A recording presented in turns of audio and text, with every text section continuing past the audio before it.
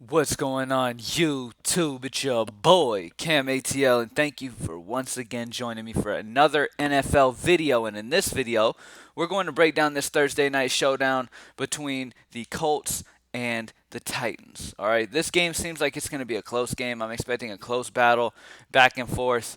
I've gone over a bunch of different scenarios in my head to try to figure out what kind of game that I expect this to be. It obviously, Derrick Henry is always in play. On the Colts side, it's hard to decide what running back is the play over there, so I'm kind of staying away from Colts running game as of now, at least. So there's a bunch of, eh, in the way that I've looked at this, I really think that both secondaries are going to be able to be taken advantage of. They're both not bad. Neither of them are bad, but Tannehill and Rivers should be able to have not too hard of a time to be able to score too bad. So I think Rivers and Tannehill are guys that I'm going to start with when it comes to this Thursday night showdown. And for my favorite one, it's going to be Rivers. Rivers is my favorite of the two, solely on the fact that Tennessee actually does rely on the run a lot. So if they decide we're just going to give Derrick Henry the ball 30 times, then it's going to limit Tannehill a bit. Now, Phillip Rivers, on the other hand, he's going to throw a good bit here. If anybody's going to fall behind, I would expect it to be the Colts.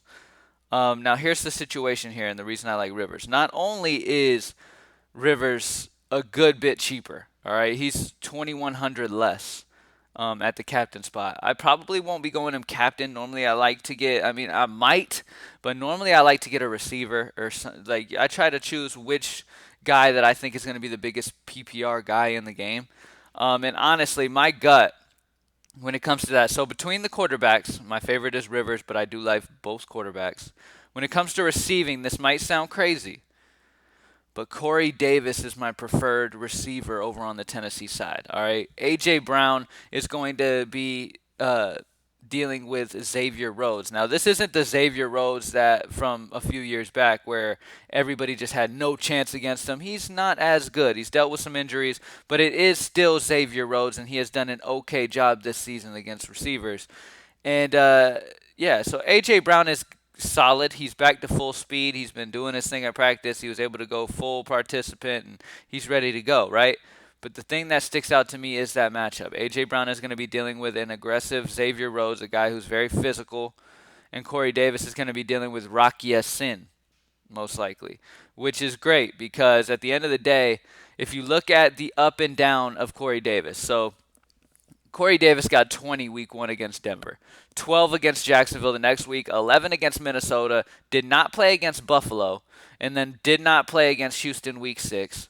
And then he came back week 7, got 15. Week 8 got 29, and then only got 3 and then got 3 targets against Chicago last week, 0 catches, and got shut out for 0. Okay? Now this matchup would tell me that Tannehill will notice that A.J. Brown has Xavier Rhodes over there, might not want to take as many chances on that side and go Corey Davis a lot. So Corey Davis is the guy that I think is going to be a fantastic option here.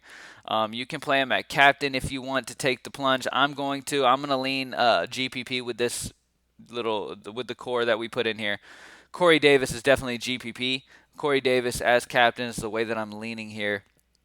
And yeah, so AJ Brown, in no way am I saying AJ Brown's a bad play. I'm saying point per dollar wise though, it definitely allows you to do other things if you go Corey instead of AJ Brown, or if you can go both if you need to though. Like I said, outside of Corey Davis being my favorite receiver, there's some other options here. So first receiver let's talk about because he's probably going to be popular is T.Y. Hilton. The issue here is that T.Y. and Rivers obviously don't have much of a connection. He hasn't topped 69 yards this year in any games. All right, he just has not been doing great. Okay, on top of that, he is coming off of an injury. So we don't know if he's going to be limited in a snap count or what we're going to get out of him, okay?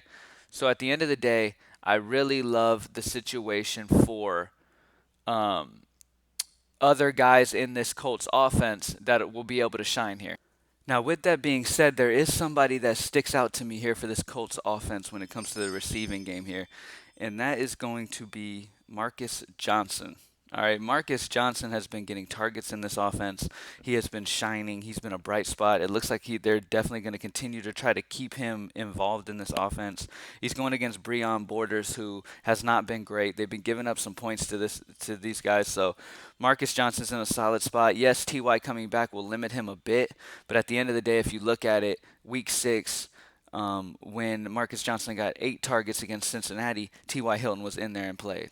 All right, so I think that Marcus Johnson's a guy they're still going to want to get involved, and Marcus Johnson's only 5'2". He's a guy that I expect to have a solid game here, and he could be a sneaky receiver to go for the Colts. Next up, Trey Burton. Now, they are dealing with some injuries over there on that side for the tight end spot, and this is definitely a spot to take advantage of when it comes to receivers to figure out who you want to play for the Colts.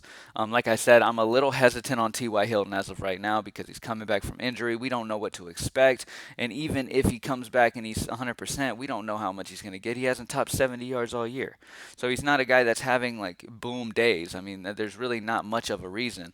Between these two, honestly, I might lean Trey Burton, honestly, because Mo Alley Cox has been banged up. He's been limited in practices. He will play most likely, but he's been banged up in practices. You have Trey Burton on the other side, who is a very athletic tight end that we know they want to get involved. He is in a very good spot here because Jack Doyle has a concussion and will be unavailable. So Trey Burton is the guy that I would prefer out of those two guys, Mo Alley Cox and Trey Burton. Trey Burton's the guy that I would prefer here. And going against Tennessee, it's actually a very solid matchup. They gave up over 20 to Darren Fells week 6. Okay, so if they give up over 20 to Darren Fells, imagine what a guy like Trey Burton could do to him. All right, so Trey Burton's one of my favorite receivers as well. I'm gonna lock him in too. Screw it. And as well, at the same time, as you could see, at the same time, I've talked about Phillip Rivers multiple times. When it comes to my core on this slate, Corey Davis, I really like Corey Davis a lot. I think he has the potential to be the highest scoring player on this slate. So, and with his point per dollar potential here and him being the cheaper of the bunch, Corey Davis seems like a solid captain option to me, but this is GPP and it's a little bit of a risk. You are taking a risk because he did disappear against Chicago last week, but because of that, I'm expecting him to pop back up. I think he's going to be a solid captain choice. Trey Burton with no Jack Doyle. I know Mo Alley Cox is going to play, but Mo Alley Cox has also been limited all week and banged up, so expect more focus to be on Trey Burton. Solid matchup against Tennessee, and then Phillip Rivers throwing them the ball. I like Phillip Rivers. He's my favorite quarterback in this game, point per dollar wise. I think Rivers is going to have a very solid game, and I'm excited to play him. And when it comes to the running game, look, if you have the money, Derrick Henry's always going to be in play.